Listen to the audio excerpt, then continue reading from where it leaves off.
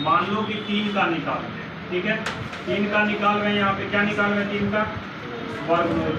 बताओ कि यहाँ पे अंक कितना है? एक ही अंक है।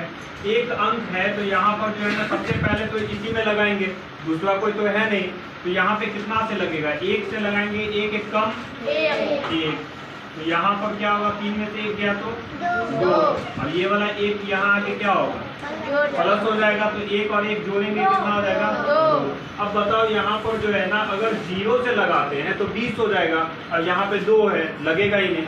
1 से लगाएंगे तो 21 हो जाएगा, और यहाँ पर क्या है? 2, लगेगा ही नहीं। तो क्या करेंगे? यहाँ पे दशमलव लेंगे। क्या लगाएंगे यहाँ पे? दशमलव। और दशमलव लगाने के बाद अगर मान लो कि दशमलव के बाद हमें 2 अंक निकालना है तो हम जो है यहाँ पे 4 जीरो लेंगे। 3 अंक निकालना रहेगा तो 6 जीरो। अब ये दोनों जीरो कहाँ आ जाएगा? नीचे उतर जाएगा, ठीक है। अब यहाँ पे देखो 200 है, और यहाँ पे हम कितना बार में लगा सकते हैं?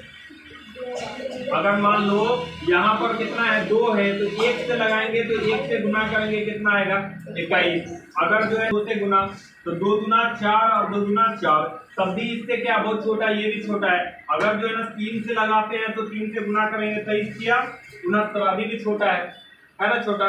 तो हम ऐसा नंबर से लगाए, मान लो 7 से लगाते हैं तो 7 से लगाएंगे, 7 से 49 का 9 हासिल 4, 7 गुना 14, 4 कितना आ गया? लगभग 7 से लगाए तो कितना आया?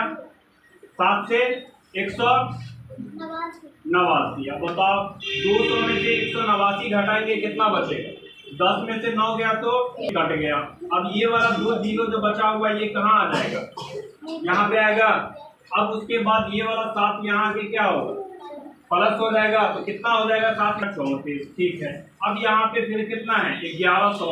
अब बताओ यहाँ पे 34 है, एक बार में लगाएंगे तो कितना होगा? 341 आएगा। फिर 3 या 9 और 1, बताओ क्या इसके नजदीक है?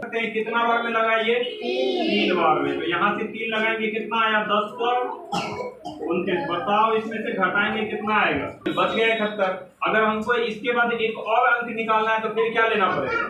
2 और 0। तो पता क्या चला? देखो ध्यान से समझो कि अगर हमें दशमलव के बाद 2 अंक निकालना है तो कितना जीरो लगाए हैं? 4। समझ में आया ये?